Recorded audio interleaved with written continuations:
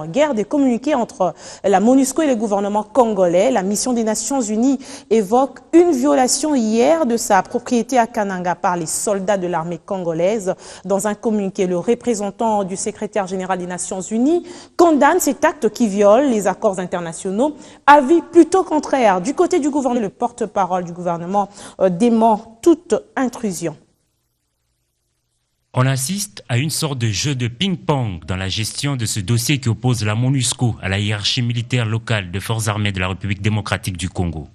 Dans un communiqué de presse datant du mardi 29 août 2017, la mission onusienne en RDC dit condamner fermement l'intrusion des militaires FARDC sur sa base des Kananga dans le Kasaï central. Les Nations Unies, a dit le représentant du secrétaire général de l'ONU en RDC, dans le dit communiqué, sont préoccupés par ces très graves incidents, d'autant plus que celui-ci s'est déroulé sous le commandement direct d'un officier supérieur. Les locaux de la MONUSCO sont inviolables en vertu de l'accord sur le statut de force entre les Nations Unies et le gouvernement de la République démocratique du Congo, ainsi que la Convention sur les privilèges et immunités des Nations Unies.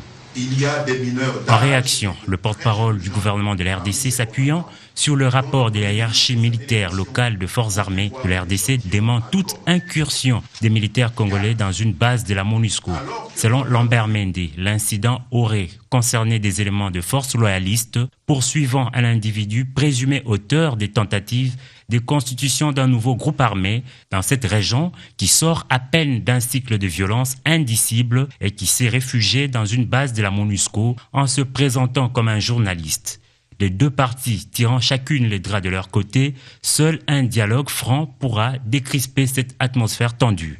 En attendant, d'autres réactions devront s'en suivre dans les prochaines heures.